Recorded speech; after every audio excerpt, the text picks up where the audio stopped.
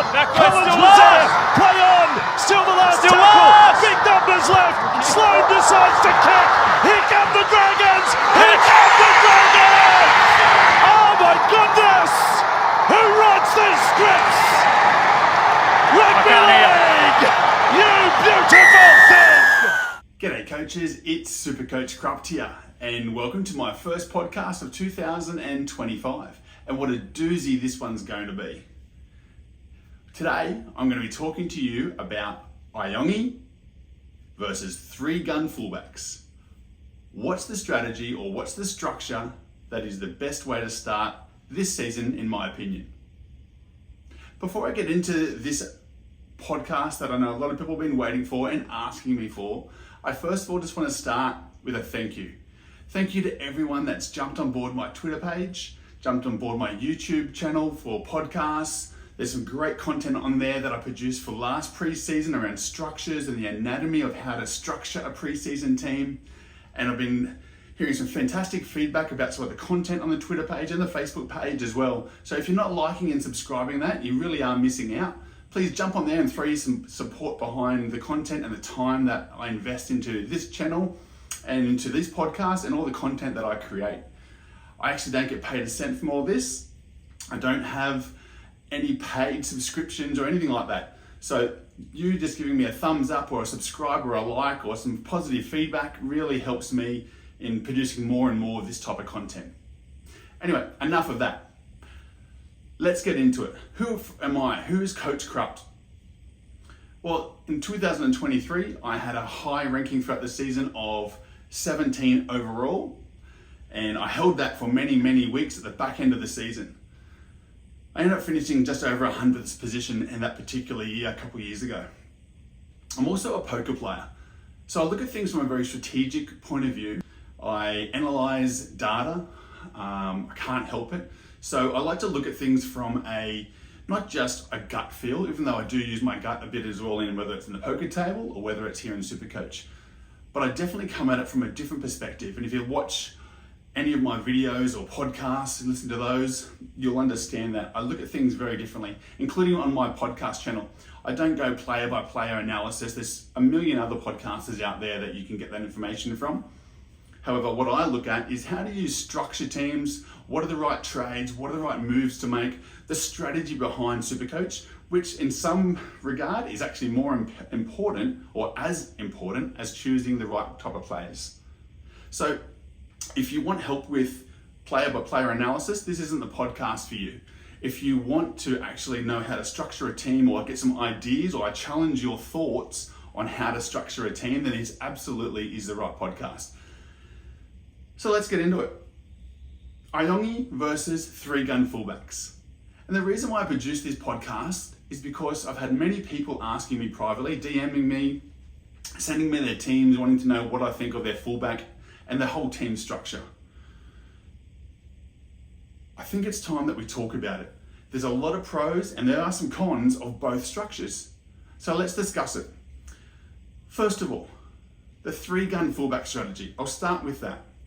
The 3 GUN fullback strategy seems to be the most popular strategy out there amongst the coaches.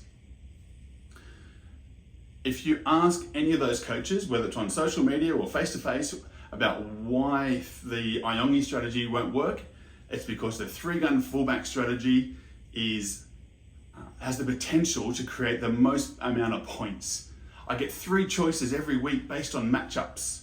It's easier to downgrade than it is to upgrade from Iongi to a GUN fullback. And it's very easy to go from my 3rd GUN fullback down to Iongi or whomever else I wish to take on. So therefore the 3 GUN fullback strategy they believe is the right strategy. So these are the most popular comments that I hear and see, along with, what if Iongi doesn't start round 1? Then what are you going to do? Or what if Iongi gets injured in the first couple of rounds of the season? Then what are you going to do? It's very hard to upgrade to a GUN fullback then, you're stuck. Whereas it's very easy to downgrade. So I just want to address some of those comments. And as well as I want to look at, well, what are some of the flaws with going with a 3 GUN fullback strategy, and what are some of the negatives and positives of going with an Iongi strategy? So let's get into it. The 3 GUN fullback strategy. What are some of the positives? Well, the positives are that you get 3 throws at the dice every single week as far as choosing which of those 3 fullbacks, gun fullbacks, that you will want to captain and vice captain. One will be in your flex, one will be in fullback 1, and one will be in fullback 2 position. Based on matchups and based on data of who that team is playing and how they defend against fullbacks and other factors, you will then determine out of those 3 which is the 2 that you believe have the best chance of scoring high and going well. And you'll most likely, they will be the ones you'll put the C and the VC on, and you'll have 2 options that week. Potentially doubling your score and going huge, which is fantastic. So the 3-gun fullback provides that extra flexibility that you would need to be able to get a jump on the Iongi owners. So that's great.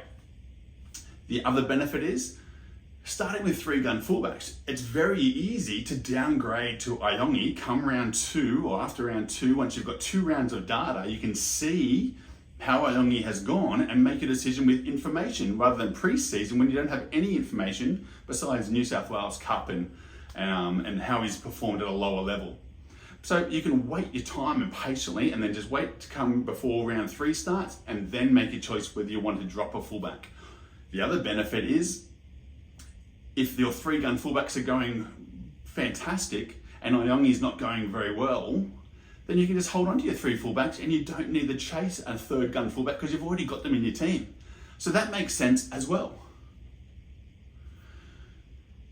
The 3-gun fullback strategy, though, does have some other facets to it that you need to be honest with yourself about and consider. So that's the pros, but what are the cons to a 3-gun fullback strategy? Well, there's a couple of glaring cons that I can identify very quickly when looking at both the different structures around a 3-gun fullback structure. So the cons. If you decide to go with 3-gun fullback strategy, you need to be aware that there is every chance that one of your fullbacks, maybe 2, won't work out, which is fine because then you can just downgrade. I understand. But still, there is a great chance that one of your 3 fullbacks might not work out, but you've got a plan if that happens. The thing is, though, you've spent a lot of money in 3-gun fullbacks. Now, all the structures that I've seen from players and sending me their teams to run 3-gun fullbacks and to run, say, a Cleary or someone of that nature in your halfback position and maybe a 1-gun in your centre wings means that you take on a lot more mid-range players and cheapies. So your mid-rangers typically, in most pit teams I'm seeing, in the 2nd row forward position, maybe the front row forward, maybe the hooker position where they're running double cheapies, or in the 2nd row forward where it's full of mid-rangers and cheapies on the bench, and possibly even in your 5'8" or your backup halfback position, and possibly even 1 gun in the centres and maybe some other weaker or mid-range players in the centres around that 400-500 mark. So what I'm saying, though, particularly when it comes to the 2nd row forward, is you are taking on risk for the 3-gun fullback strategy by having a lot more mid-rangers and cheapies in your team than the Iongi strategy. Now that's fine to take on that risk because you've got 3-gun fullback, so you've got 1 more fullback than the Iongi owners. However, you are taking a lot more mids and potential cheapies into your team. So if those mids, and traditionally from the stats that we have from last season and the seasons before, they don't always, or very rarely do they, all of them perform over and above expectations. So if they don't overachieve on what their average is right now, let's look at a Pia Cora last season. So if Pia Cora comes out this season, or one of your mid-ranges comes out this season, or 2 or 3 of them, because you've probably got more than 1 or 2, most likely you're carrying 2, 3, 4 mid-ranges and some cheapies on the bench, because you have to pay for the 3rd-gun fullback. So we're carrying a lot of mids and cheapies through that team. Now, if they underperform and hit a 30, 40, maybe even a 45, that's going to put you possibly behind when it comes to 2nd row forward to the Iongi owners who maybe are running 2, maybe even 3 gun 2nd row forwards who are hitting 70s around that mark. So people that might be carrying an Isaiah Yeo or a Hopgood or whoever it might be, and maybe a Papali'i, whoever it might be in that 2nd row position, who are getting an extra 20 or 30 points by those couple of players than what your mid-rangers or cheapies are scoring. So yes, the fullback position being a 3rd-gun fullback may well outscore the Iongi owners, which at will, most likely, and the fullback. But where the Iongi owners will make up for it is with the few extra gun players they have spread throughout their team. That's one place that they'll make up for it. But I'll get to those Iongi owners in a second. So that's one of the risks with the 3-gun fullback strategy, is you weaken your team across the park because of the 3-gun fullbacks. So typically speaking, you're not running with a gun hooker and 1 or 2 gun halfbacks and 1 or 2 gun centre wings and 1 or 2 guns in the front row, in the second row forward position, as well as a decent front row forward pack, because you've got to sacrifice, and you've got to sacrifice pretty hard. And that means taking on more risk.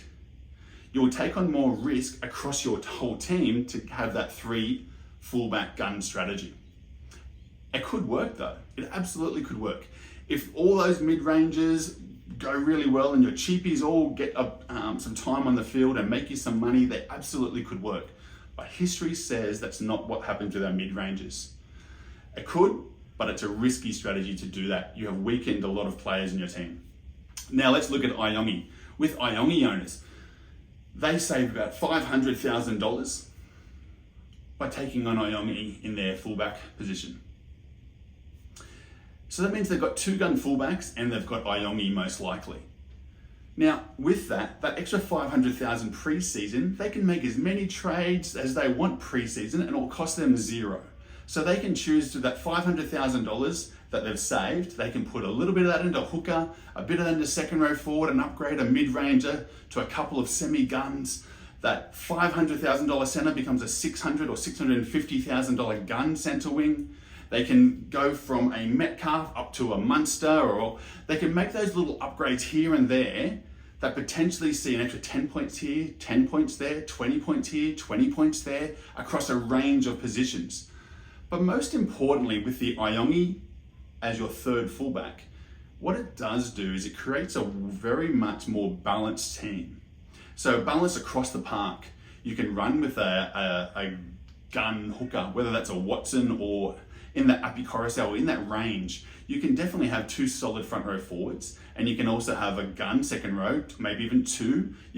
There are ways you can structure it to even get 3, but you could definitely run with 2 gun second row forwards and 1 or 2 mid-rangers, and just you can change that to whoever is the gun mid-ranger come round 2 before the price raises in round 3.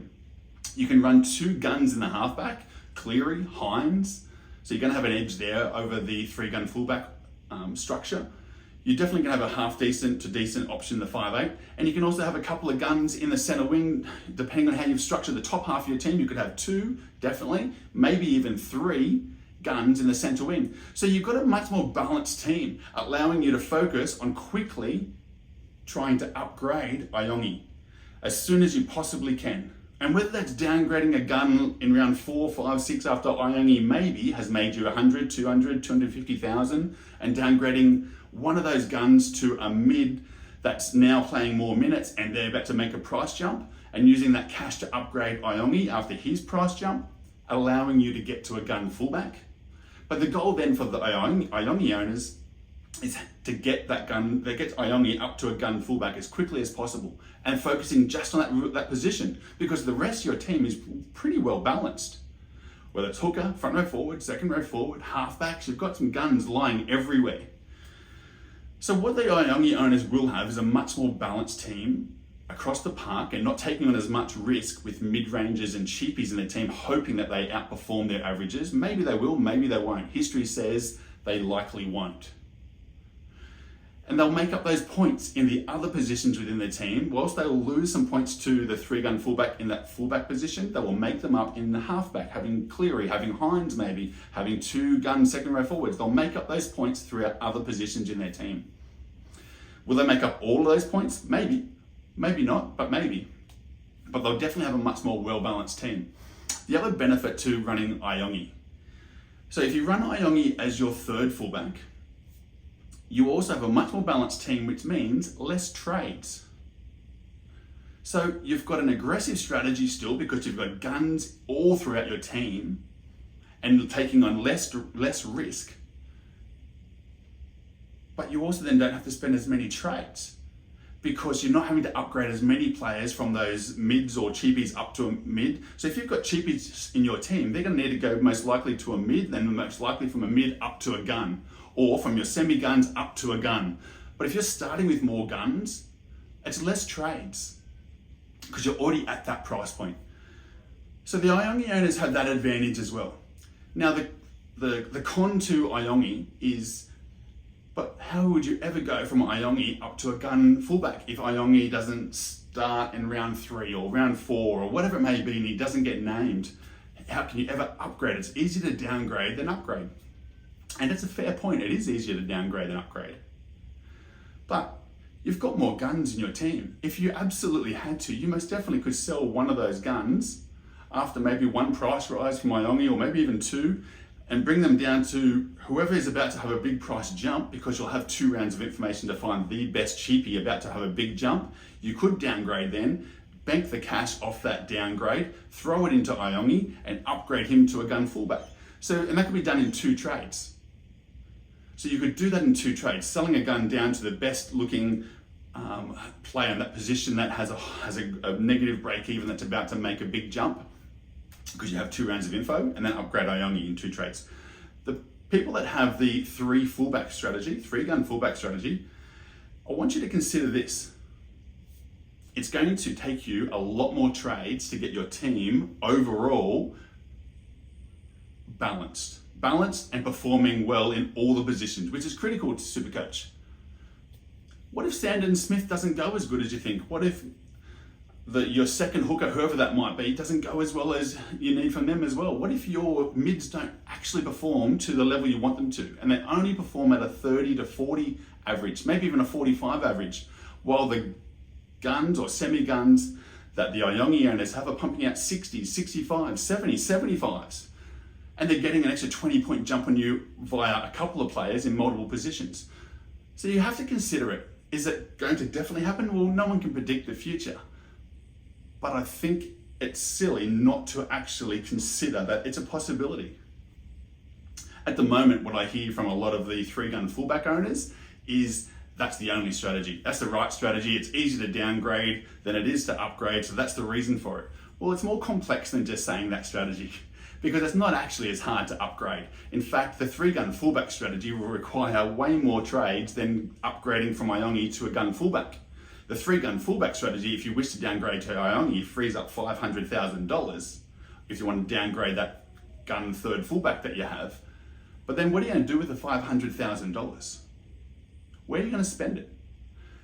Going to spend a bit of it in hooker? Maybe try and upgrade a second rower? Maybe Cleary has gone nuts in round 3 and you're like, right, I want Cleary. So then you're going to upgrade Cleary, or whatever it might be, right? But it's going to be multiple players you're going to need to upgrade to get that balance back.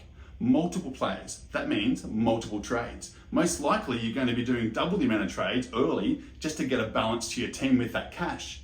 Yes, you could definitely just upgrade one player if you wanted to, but your team's still going to be out of balance, possibly running a lot more mids in that second row forward and cheapies, but probably a lot more mids or cheapies around the whole team, like hooker, or maybe like your second halfback, or maybe your 5'8", you're running a cheapie there. So there are going to be some positions that you're going to need to upgrade quickly to get it more balanced, and that's going to require trades.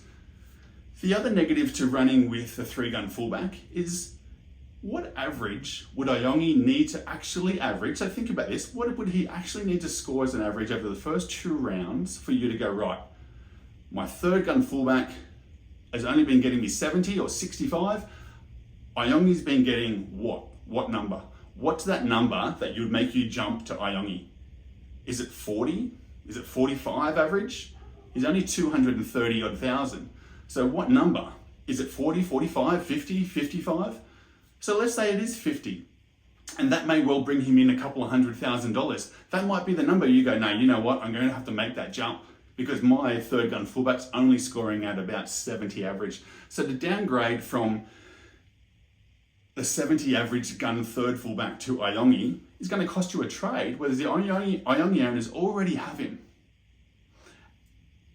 And they've got a much more balanced team than what potentially the 3-gun fullback team looks like. So they're at a huge advantage. So if you think it's likely that Iongi scores a 45, 50 average in the first couple of rounds, playing for the Parramatta Eels, playing outside, or not outside, but playing with Moses, Dylan Brown, got Lomax there, got players around him that he can be following up, being put through gaps. If you think that maybe he might crash over for a try or set up a try, or just perform at a 45 to 50, maybe even 55 level early in the season, and you're going to make that trade anyway, I would suggest having a think about, do you start with him?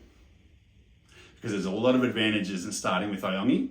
And if it works, everything goes to plan for the 3-gun fullbacks, that works really well as well.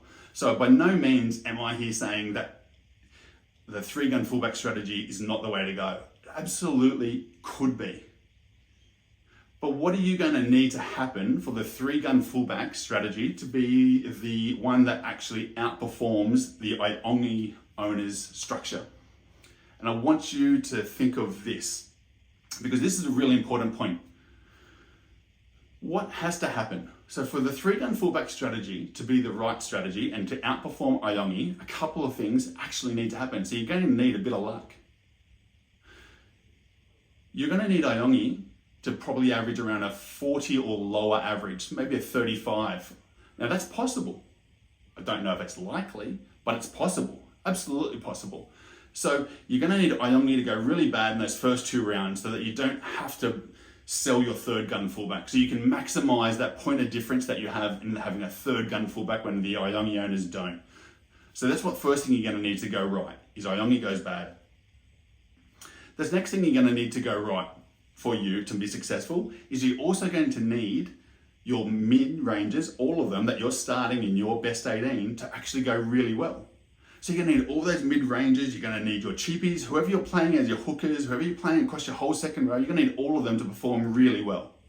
They're all going to need to outperform their averages, which you might think, yeah, but they will because they're playing more minutes and they're doing this. Well, we say that every year, but they don't always outperform their averages. In fact, history says they typically don't outperform their averages.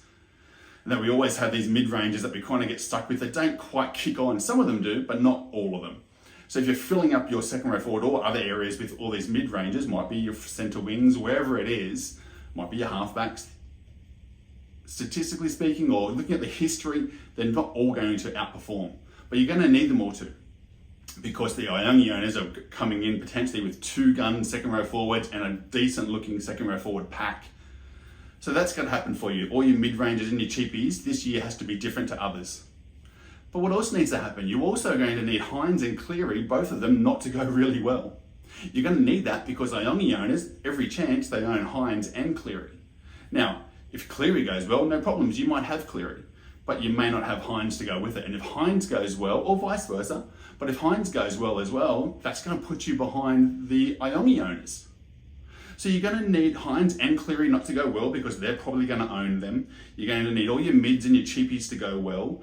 And you're also going to need Iongi not to score very well. So you're going to need a few things to happen for that to be the right strategy. Because on the flip side, if Iongi gets 50-point average, 45, 50-point average, Iongi owners are pretty happy. They've got a quick upgrade ability because they can downgrade one of the guns to a cheapie or a mid and use that money after Iongi's had an upgrade or two and boost him up to an underperforming gun at fullback or even just straight to a gun. They also have their team much better balanced, whether that's hooker, second row forward, front row forward, halfbacks, 5'8", centre wings have guns in it, and they've also still got 2-gun fullbacks. So don't forget that, 2-gun fullbacks, and it's an important note, because I've had people message me and say, yeah, but if Iongi gets injured or if Iongi doesn't play after the second round, you're going to be left with only one person that you can captain in fullback, whereas the other coaches will have 3 that they can still choose between. Well, that's just simply not true.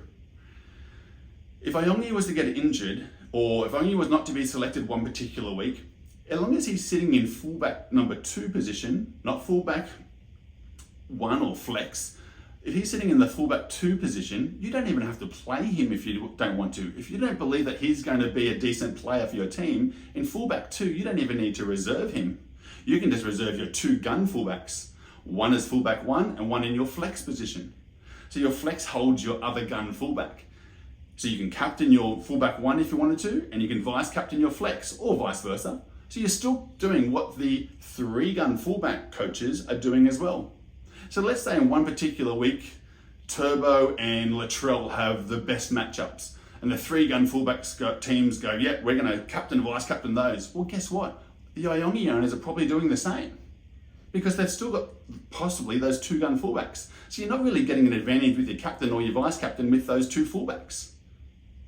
But the Iongi owners, not only do they get the captain and vice captain, the same 2 players you're captaining and vice captaining, they have a much better balanced team and more guns throughout their team. And they may not even be playing Iongi. He may not be the one that they choose to play. They might reserve 4 other players plus a flex position to make up their 18. So I just feel that there's too much from content creators and some podcasters and just commentary out there saying that the 3 GUN fullback strategy is definitely the only way to go. It just makes the most sense, and if you don't go the 3 GUN fullbacks, you're going to be left so far behind. Well, I challenge that. I challenge that thought process. I'm not saying that you're not wrong, or that you're not right, sorry. I'm not saying you're not right, but I'm not also saying that you aren't wrong as well. This game has so much unknown information in it. We'll only know which way was best after a few rounds, probably around that 6 to 8 round mark. We'll know which way was the best strategy.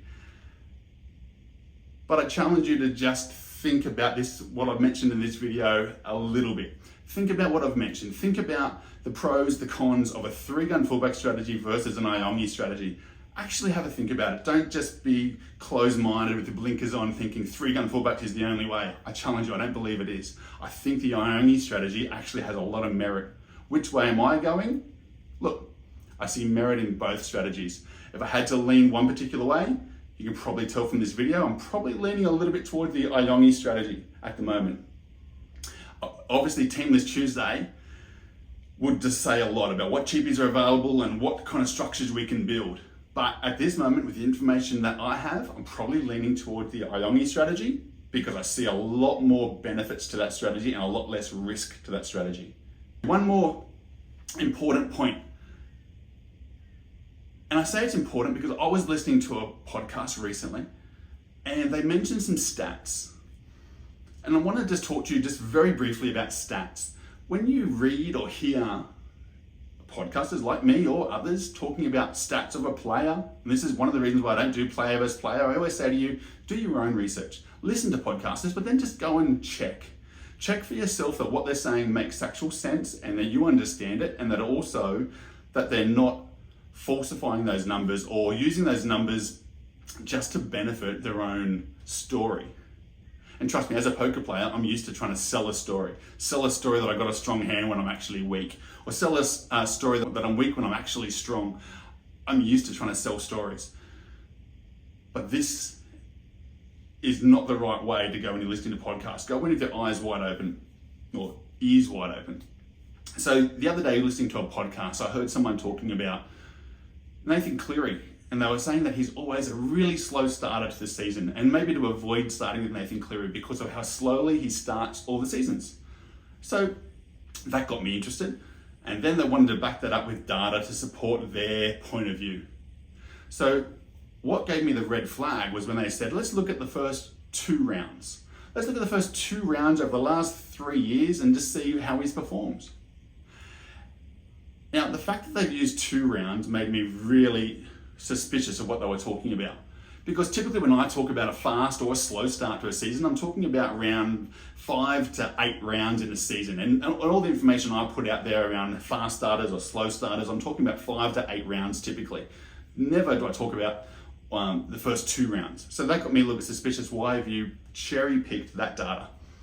So I listened, and the podcaster went on to talk about how Nathan Cleary for the last 3 years was a really slow starter, and then rattled off his numbers, and they weren't that great. They were 50s and some lowish kind of numbers for Nathan Cleary's price. So I went, oh wow, that's interesting. So once I finished listening to them, I then went and did my own research. And this is what I suggest that you guys do as well. When you're hearing other people's opinions, take them on board and use them as a thought provoker or a research provoker, but then go and just do a little bit of research to make sure that they're not trying to sell you a story, sell you on or off a player, because a lot of content creators like to talk up players even though they're not players you really should be putting into your team.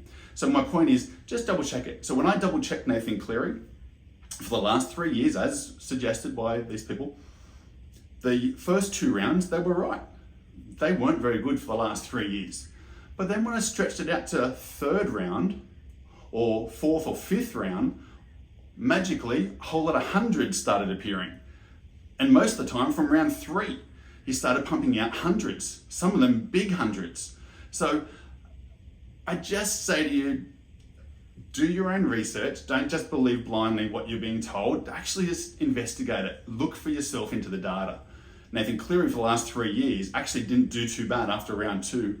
He started pumping out some pretty big scores. So if you're only looking at if someone's a fast or slow starter after 2 rounds, don't get Nathan Cleary, because statistically speaking, they're absolutely right. But if you want to take a little bit more data into a full long season, like maybe just 5 rounds, 6 rounds, then Nathan Cleary is not a slow starter. He typically pumps out hundreds within that first 5 weeks. So coaches, just do some research. There is also a reason why they only went back 3 years, because if they went back any more, the data wouldn't have supported their argument as well. So do your own research and find out whether or not you're putting a player into your team for the right reasons. Anyway, that's enough for today. This podcast has gone on long enough. Iongi versus 3 GUN Fullbacks. Interested to hear your thoughts? Get on my Twitter. Please leave a message on this podcast. Let me know what your thoughts are. I'm happy to hear the pros, the cons. I don't subscribe to the fact that my theory is correct and that Iongi is the right way to go. I believe that both could work out to be successful. All I hope for is that you've listened to this and I've challenged you to maybe reconsider some of the thoughts that you already had. Maybe you were a bit too sold on one of those strategies and now I've made you challenge your thinking. Hopefully that's what's happened. Thanks for listening, coaches. I really appreciate your support, and don't forget to like and subscribe.